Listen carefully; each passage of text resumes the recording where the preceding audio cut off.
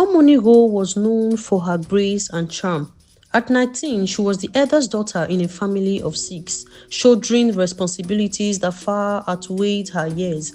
Her father was a farmer, her mother a petty trader, and together they struggled to put food on the table. Despite the hardship, Omonigho dreamed of a brighter future. One day, some strangers arrived in Omonigho's village. They came in a glossy car, bearing fruits of rice, soap, and money. The leader, a woman who called herself Madame Grace, spoke with charisma, promising to change the lives of everyone in the village. "We are here to help your children achieve what you couldn't," she said, her voice spreading like a wildfire. They hosted a medical outreach, gave food to the elderly, and repaired the broken village borehole. The villagers were very happy and even called them saviors. When Madame Grace approached Omonigho's family about taking her to the city for training and a job, her parents hesitated. Omonigho is still a very young girl. She has never left the four walls of this village," her father said, his voice filled with concern. But Madame Grace was unrelenting. "You want her to have a better life, don't you? In the city, she can work, save money, and even send some back to you. She'll help lift this family out of poverty. We're just trying to help you." It was the promise of opportunity that eventually won them over. Her mother packed a small bag for her, tucking in a photo of the family and a rosary for protection. "Omonigho, my child, please be good," she whispered, her voice trembling. The journey to the city was long and Omonigho's heart pounded with excitement and apprehension. Madame Grace kept reassuring her, promising a comfortable apartment and a training program that would open doors to a better future. But when they arrived at the compound, Omonigho's excitement turned into unease. The building was surrounded by high walls topped with barbed wires, and the gates were guarded. Inside, the atmosphere was cold and sterile, nothing like the warm promise Madame Grace had painted. She was led to a dormitory where dozens of other young girls sat quietly, their eyes filled with fear. Some were as young as 16. Others like her were older but still naive to the harshness of the world. Omonigho quietly realized she had been deceived. The first week was a nightmare. Madame Grace dropped her friendly demeanor, revealing the cold, calculating woman beneath. Omonigho and others were told the truth. They were brought here to become surrogate mothers for wealthy clients unable to have children. It wasn't optional. A resistance was met with punishment. The guards were ruthless and the medical staff treated them like commodities. Omonigho's protests were met with threats. "If you try to leave, we'll find your family," one of the guards said. The girls were forced into medical examinations and given injections without explanation. Omonigho cried herself to sleep every night, clutching the rosary her mother had given her. Among the girls, Omonigho found an ally in Ivie, a 22-year-old who had been in the compound for over a year. Ivie whispered stories of failed attempts to escape and the harsh punishments that followed, but she also shared whispers of hope. "There's a delivery truck that comes every Friday," she said one night. "It's the only time the gates are unlocked for more than a few minutes."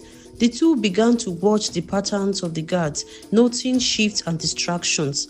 After weeks of observation, it was a rainy Friday. By then, Omonigho and Ivie had already mastered the guards' routines and had noticed the same delivery truck arriving every Friday evening, bringing sacks of food and medical supplies. "It is our only chance," Ivie had said, whispering to Omonigho. "If we don't try now, we may never leave this place alive." By late afternoon, the rain had picked up, turning the courtyard into a muddy mess. The guards, irritated by the weather, huddled the shade near the gate, smoking and chatting to pass the time. When the truck entered through the gate, Omonigho felt her pulse quicken. She and Ivie had already slipped out of the dormitory earlier, crouching behind stacks of empty crates near the delivery area. They watched as the truck stopped and workers began unloading supplies under the guards' impatient supervision. "This is it," Ivie whispered, her voice trembling but determined. As the workers carried the last of the sacks inside, Omonigho and Ivie made their move. They slipped into the back of the truck, careful to stay low. They wedged themselves between two large sacks of rice, their breaths shallow, heart pounding like drums. The truck jolted forward, and for the first time in months, Omonigho felt a flicker of hope. Rain pounded on the roof, masking the sounds of their breathing. She gripped Ife's hands tightly, silently praying they would make it out alive. The truck drove through the gates and onto the main road, the compound fading into the distance. The rain, once an annoyance, now felt like a blessing, keeping the guards distracted. Omonigho dreamed of freedom, of seeing her family again, of walking under the open sky without fear. But fate had other plans. About 20 minutes into the drive, the truck started to develop issues. "What's wrong now?" a voice yelled from the truck. The engine sputtered before falling silent. Omonigho's heart sank. She exchanged a panicked look with Ife as they heard the driver curse and stepped out into the rain. They could hear him shouting at someone on the phone trying to arrange for help. Suddenly, footsteps approached the back of the truck. A guard from the compound who had accompanied the delivery climbed into the cargo area to check the supplies. Omonigho froze, her body pressed against the cold sacks of rice. The guard moved slowly, his flashlight cutting through the darkness, and then it happened. The beam of light landed on Omonigho's face. "Hey, what are you doing here?" the guard shouted. Before she could react, Ife lunged, pushing a heavy sack towards the man in a desperate bid for freedom. "Run, Omonigho!" she yelled, but there was nowhere to go. The truck was surrounded and more guards were approaching in the rain, the shout piercing the night. Omonigho and Ife were dragged out of the truck, their arms pinned behind their backs as they struggled against the guards' iron grips. Mud clung to their legs as they were forced to kneel in the rain, shivering and terrified. "Call Madame Grace," one of the guards said. "She will want to deal with this herself." Minutes felt like hours as the rain soaked them to the bone. The girls sat in the mud, their dream of escape crumbling with every passing second. Omonigho's chest tightened when headlights approached in the distance. A sleek black car pulled up and Madame Grace stepped out, her expression cold and furious. Well, she said, her voice venomous. "The little runaways. I expected more from you, Omonigho. You seemed smarter than this." Omonigho couldn't meet her gaze. She felt Ife's shoulder trembling beside her. Madame Grace said to the guards, "Get them in the car. We will deal with this when we get home." The guards bundled the girls into the back seats of the car. The ride back home was silent except for the occasional thunderclap. Omonigho sat swiftly, her mind racing. This wasn't how it was supposed to end. When they arrived at the compound, Madame Grace wasted no time. She had the girls dragged to the courtyard, where she addressed them with icy contempt. "I should have known better than to trust you, Ife," she said, her voice cutting through the silence like a whip. "This is not your first time, is it? Always scheming, always trying to run, and now you've dragged this innocent girl into your mess." Madame Grace's eyes burned with fury as she turned to the guards. "Send them away! Separate them! Ife has proven she can't be trusted." "No, please!" Omonigho cried, struggling against the guards as they pulled Ife away. "Don't take her, please. She didn't force me." But Madame Grace only smiled coldly. "I'm doing you a favor, Omonigho. Maybe now you learn to stay in line." Ife was dragged away, screaming Omonigho's name until her voice was swallowed by the distance. That was the last time Omonigho saw her. In the days that followed, Omonigho asked about Ife repeatedly, but the other girls only shook their heads. Some whispered that Ife had been sent to a different compound, one reserved for the most disobedient. Others speculated that she had been sold off entirely. Omonigho sat on the edge of the medical room's examination table, her hands clasped tightly to her lap. Across from her stood a couple, wealthy, polished, and detached. The couple looked like they were in their early 40s. This one, The woman asked Madame Grace, tilting her head towards Omonigho. Yes, Madame Grace replied confidently. She's healthy, strong, and has no medical issues. The perfect candidate. The couple exchanged glances. The man nodded. Fine, let's proceed. Madame Grace's lips curved into a smile. I'll have the contract ready within an hour. The rest of the meeting was blur for Omonigho.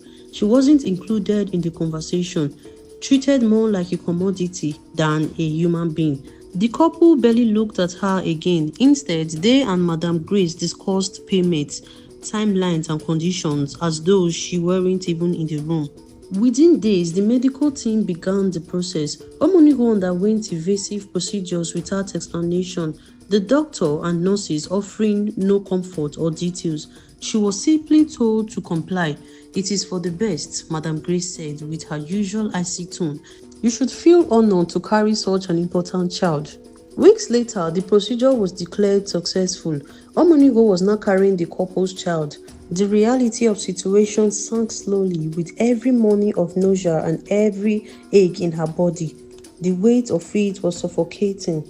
Back in Ekpoma, Omonigho's parents were growing restless. It had been 6 weeks since their daughter had left with Madame Grace, and they hadn't received a single call, letter, or message. At first, they reassured themselves that she was adjusting to city life, but as the day turned into weeks, worry filled their hearts. One evening, Omonigho's mother, a man, sat on a wooden bench outside their small home, staring into the horizon. It is unlike her to stay silent for this long, she said softly. Even if she's busy, she'll definitely find a way to reach out. Her husband, Effie, paced back and forth, his face tight with frustration. I knew it was a mistake to let her go, he muttered. What if something had happened to her? What if... Stop! Emma interrupted, her voice breaking. Don't say it, she's fine, she has to be. Their neighbors had no answers, and the village elder who had initially praised Madame Grace's foundation now avoided eye contact whenever the topic was raised. The once celebrated angels of hope, now a source of doubt and suspicion. Months passed and Omonigho's belly grew. She could feel the life inside her, an innocent child caught in the web of greed and cruelty. The couple who had paid Madame Grace returned for an ultrasound, eager to learn the baby's gender. Omonigho laid on the cold examination table, staring at the ceiling as the technicians conducted the scan. It is a girl, the doctor announced with a smile.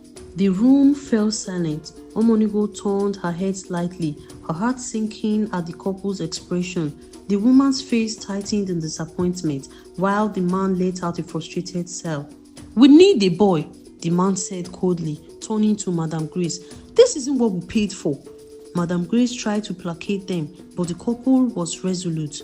We are done here, the woman snapped. You can keep her and the child. We'll find another agency. The abandonment enraged Madame Grace.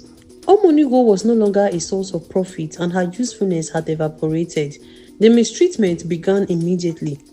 She was moved to a smaller, filthy room at the edge of the compound and denied basic necessities.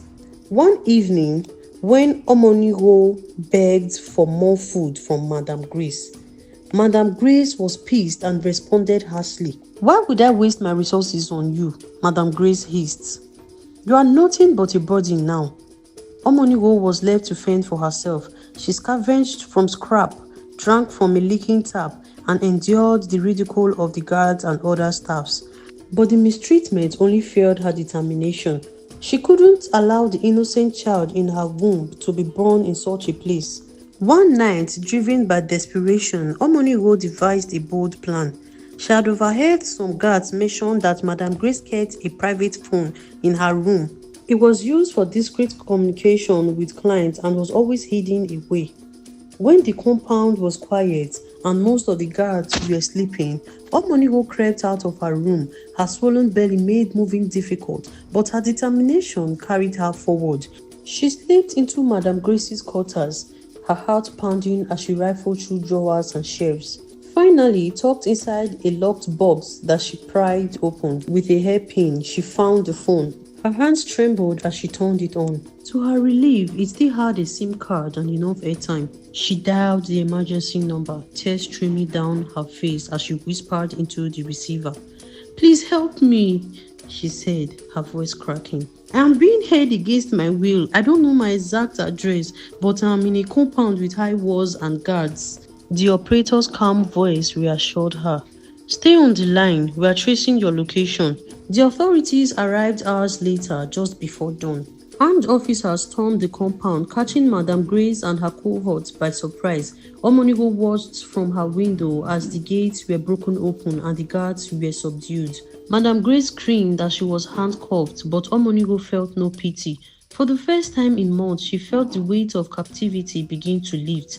Reuniting with her parents was overwhelming. Omonigho collapsed into her mother's arms, sobbing uncontrollably as her father held them both. "I thought I would never see you again," she whispered.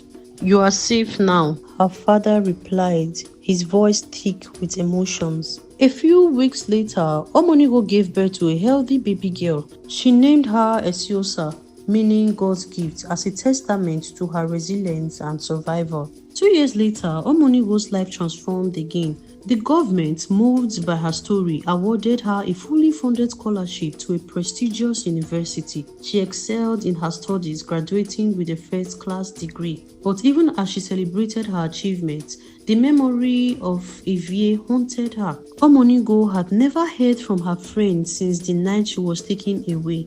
Determined to honor her friend, Omonigho founded an NGO named Evie's Light. The organization focused on rescuing and rehabilitating victims of human trafficking and exploitation. It became her life's mission to ensure no one else endured the horrors she and Evie had faced. Though the scars remained, but Omonigho channeled her pain into purpose, building a legacy of hope and justice in memory of her lost friend.